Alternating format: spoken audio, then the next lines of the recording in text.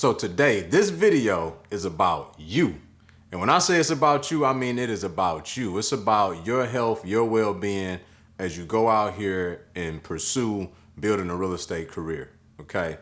Specifically, I want to talk about how you should manage stress and burnout. Everybody's got different schools of thoughts. Some people say that burnout is not a real thing. I'm one that believes it absolutely is. And so today I want to give you some practical steps toward identifying burnout, managing burnout, and overcoming burnout.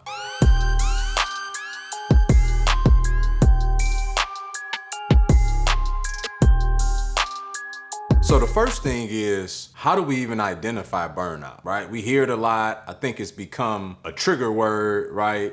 And it's like, what is burnout? I think we may mistaken high levels of stress with burnout. I think the two are different. I believe that consistent high levels of stress over time will promote burnout, right? I think that I look at stress as the river into the ocean of burnout, okay?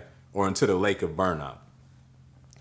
And one of the first things is we all have an equilibrium, okay? An emotional equilibrium that every day we kind of know based off of our reactions to certain things where that emotional equilibrium is at, okay? So even for myself, I manage, I have a real estate business. I have a real estate coaching business. I have a cigar business. And so I'm constantly dealing with lots of people, right? Part of being an owner and CEO of many companies is that you encounter and manage a lot of people. And I can clearly tell where my stress levels are based on how I interact with people when there are problems, okay? I find myself when I'm doing well, when I'm close to equilibrium, that as problems come up, I can take my time. I can ask a lot of questions. I can even allow the person that may be involved in that problem to come to their own level of understanding and conclusion through a lot of deductive reasoning and all the rest of it, which is good leadership, okay? So I'm just being vulnerable with y'all right now. I ain't always a good leader. That's the essence of what I'm talking to you about. But I am always consciously aware. And that's so critical in all of what I'm telling you today, is that you have to be consciously aware of where you are, because you don't get to make excuses for mishandling people. Some, because you built up enough relational equity, can give you a pass here and there, but we can't just make a habit of being a tyrant at all times amongst the people that are actually subscribing to our vision and helping us go out and pursue those things that we want to pursue in life and business, because we're not consciously aware of where our stress level's at and being able to keep our emotions under control. Hey, hope you guys are enjoying the video. I'm gonna let you get back to it, but real quick, I would be remiss if I didn't give you an opportunity to join me at our next 5-day challenge, where we are teaching people how to build 6- and 7-figure businesses in real estate investing using other people's money. And if you didn't think that was enough, you get to spend an hour with me each one of those days during the 5-day challenge with live Q&A, specifically to answer all those burning real estate questions that you've been curious about. Now, listen, all you got to do is click the link in the description, join us on our next iFlip challenge. I look forward to meeting you guys there. And as promised, look, get back to the video. Again, I noticed that, and I'm conscious of it based off of my interactions with those that work for me, with me, and all the rest of it. On the other side of having patience and allowing for the deductive reasoning and all the rest of it is this other side of me where I'm very short fuse. I diagnose the issue. I come up with a solution. I tell them the problem, and there's not a lot of room for negotiation. One would say, well, yeah, as the leader, that's what you got to do. You got to make the calls. Yeah, but how? When you handle things abrasively, people don't always learn from that. They know not to do that anymore, but when you don't take the time and have the patience to really diagnose and go through deductive reasoning to allow them to come to their own level of understanding, then you treated the solution but not the root cause of the problem. And so when I'm at my best, when I'm close to equilibrium, I find that I allow people to organically go through that process, which is always better for both parties involved, okay? And so one of my quick indicators of when my stress levels are high and when I'm not at equilibrium is, again, I'm a lot quicker tempered, a lot less patient, and a lot more straightforward. Okay. And that's not the most healthy and productive environment for myself or others around me. Because the truth is, all because I react that way in the moment, and it may have gave me a sense of immediate relief, that's not my heart. And so when I take time to reflect on that later, I actually feel horrible that I handled that situation that way. And so these are ways in which you can identify when you're at your best and when you're starting to become at your worst. And when you manage multiple, 6 and 7 figure businesses, you tend to have a lot of problems, right?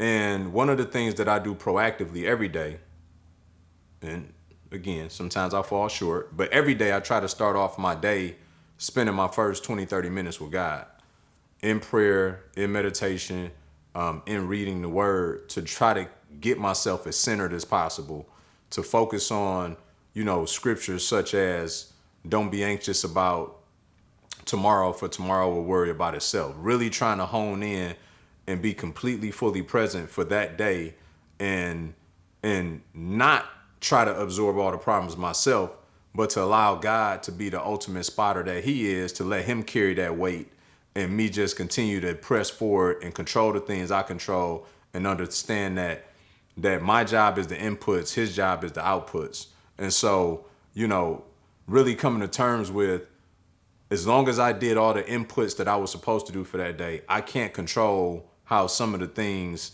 that I didn't desire happen.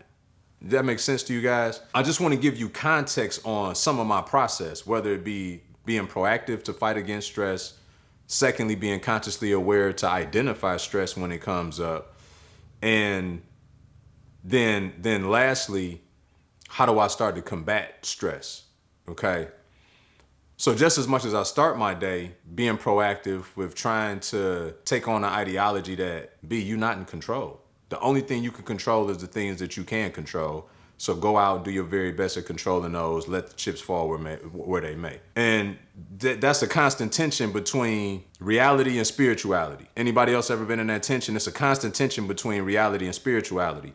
And so by the end of the day, some days spirituality wins, some days the reality of it wins. And so I find myself again at the end of the evening trying to combat that stress by going and laying all of that at God's feet, being completely open, honest, and vulnerable, looking at where I fell short, repenting for the things that I may have done wrong, and just asking him to help me reset so that I can prepare for the next day.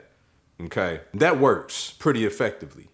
But there comes a point in time where you just overstimulated, everything seems like it's not working anymore. And no matter what you do, you just keep feeling like, rather than being at your equilibrium, that you always, let's say on a scale of 100, you always operating at 80% by the time you start in the morning. So you quickly, the first couple of things set you off and you at 100. And there comes a point in time where you don't get back to equilibrium, and it seems like you constantly starting off at that 80% and you 20% away from losing it. That, my friends, is a sign that you're approaching burnout. When you can't get your stress levels to come back down to a place where you're getting close to equilibrium every day, and you've now established a new equilibrium that is close to putting you over the edge, it's time to step away. And I got some good news for you. Thanks to a phenomenal consultant, friend, mentor in my life, he told me, and I don't know why it took him a couple years to tell me this, but finally he did, and I'm so grateful for it. He was like, do you know how I've been married for 26 years? Do you know how I've been married for 26? He was like, no. I'm asking you, do you know how? I'm like, no, I don't know. Like, tell me, please. He was like, bro, I take sabbaticals at least once a year, depending on the year, once a quarter, or semi-annual. He was like, I get away from everybody. I go spend time to disconnect from everything and reconnect with the Creator. And I'm like, so we've been consulting at this point for 3 years. You never told me this. You know what I'm saying? Like, did I do something wrong to you? And so I share this with you for free, right? Because I had to pay for this information through consultation. But no, it forever has changed my life. And I took my first sabbatical a couple years ago after he told me this. I was like, oh, I got to get it on the books. And I didn't do nothing fancy. I mean, I drove to the beach. Okay, before maybe I should preface this. For me, it wasn't nothing extravagant, right? But I drove to the beach, checked into a nice hotel, put my phone on Do Not Disturb, took my cigars down there. They had a phenomenal restaurant with Chilean sea bass, great dessert. Like, I stimulated every aspect of those things that I like to do. And I did them by myself, right? Kissed my wife, hugged her, told her I'd be back in 2 days, and literally did not talk to anybody during that time. And it's so important that you do that, because even you're going to feel an urge to, because we're constantly stimulated by our phone, by conversation, by being in community. But you really need to take this time with yourself, because you need to break that cycle, right? And what's happening is, in the process of breaking that cycle, that's giving you time and margin that you didn't typically have to start talking to God about how you really feel. It gives you time to really start to take a deeper dive into why you've been feeling the way you've been feeling. And through prayer, petition, reading the word, in my experience, God really started to reveal to me how I was mismanaging the stress. The stress was real, but I was mismanaging my emotions, and I was mismanaging the way in which I was handling the stress. Although I thought I was doing a good job. It was so refreshing to figure that out. And here's the beautiful part about it. God didn't reveal to me that he was going to lessen my problems. Right? And I say that so that you be encouraged, so you don't think your sabbatical was a failure if you get the same confirmation that I got. He was like, no, the problems are here. Like, this is the life you signed up for. I'm with you in it. But you don't get exempt or exonerated from all these problems. What I am going to show you is how to better deal with them, right? How to have a better level of understanding that to whom much is given, much is required, right? To understand that from the time Jesus was baptized, he immediately was sent out into the wilderness and tempted. That Moses heard from God when he was in the wilderness. Right. And so when we experience problems at a high level, that's very synonymous with us being in our own level of the wilderness, our own aspect of being in the wilderness. But in the wilderness is where you find God most if you truly seek him most, because he'll never put more on us than we can bear. But that's only if we're able to give it to him, because his yoke is easy and his burden is light. And so it was a constant reminder during that sabbatical while I was at the spa and getting an 1.5-hour massage and sitting in the steam room and, smoking the finest cigars and eating the best food, I was still going to have quiet time with him. But I was recharging my battery at the same time over this 48 hours that I spent going through this process. And when I went home, I had a lot more patience with my wife. I had a lot more love for my wife. I had a lot more patience and love for myself. And I certainly had a lot more love and patience for those around me inside of my business. And so, I just felt it of uber importance, because many of y'all out there right now, you reeling and you don't understand why you feel the way you feel. It makes you uncomfortable that you even feel that way. And you trying this and you trying that, and, nothing seems to be working. They're all temporary stimulants like coffee, but they're not giving you the lasting effect that you're looking for. And so, number one, being consciously aware of the fact that you are stressed, understanding what those stresses are, being as proactive as possible to help you manage and deal with the stress on a daily basis.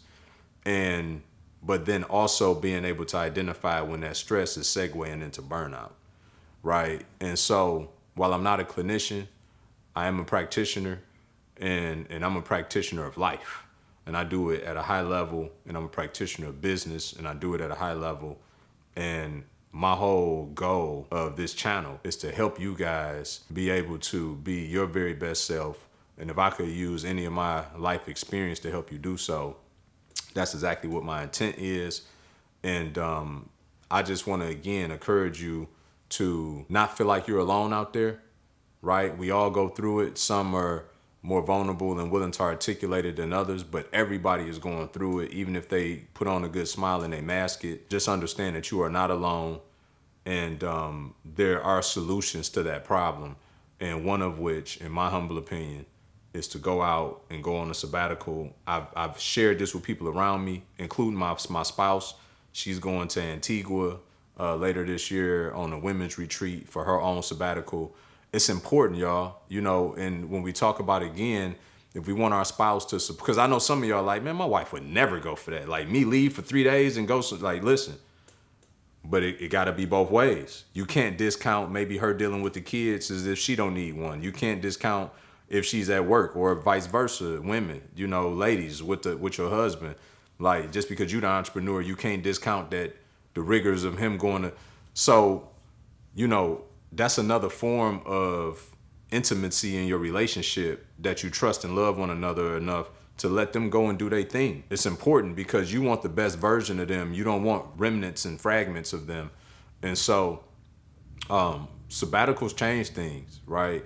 And God was very intentional of how he showed us how he created everything in the world and everything in it in 6 days, and he rested on the seventh. We're supposed to take a Sabbath, right? That's another thing that I've also implemented in my business is I don't do any business on Sunday. And it don't have to be Sunday. When Jesus came, the Sabbath could be any day. It used to be Saturday, traditionally speaking, in the Old Testament. But I just choose Sunday because that just makes sense. Sunday is the day I go to church, I unplug. I don't do no business on Sunday, y'all. Like, people reach out to me, they'll tell you, like, B don't do no business on Sunday. And it's not just for me, it's honoring God because he gave us a commandment of rest because he knew that we would need it. So we can't run 24/7, be burnt out, and then be like, God help me. Like I tried to help you in Genesis. From the beginning, I showed you I created the world and everything in it and took a day off. I set the pace. And so you operating outside of the pace of grace. So let's start with that, right? And so anyway, y'all, there are some tools out there for you to use. I just gave you 2 very simple ones. Create a sabbatical for yourself once a week. Unplug. And don't unplug, but then do a bunch of housework. Like, it's a day of rest. So do things that are restful. Okay. Wash your car on a different day. Cook for the week on a different day. Like, it's supposed to be a day of rest. And then also, I highly encourage you, at least once a year, go on a sabbatical for a couple of days. It'll forever change things mentally, spiritually, and emotionally for you. If this helped you, please like, subscribe, comment, let me know how this has helped you, and share this with somebody that you love. I look forward to seeing you guys in the next video.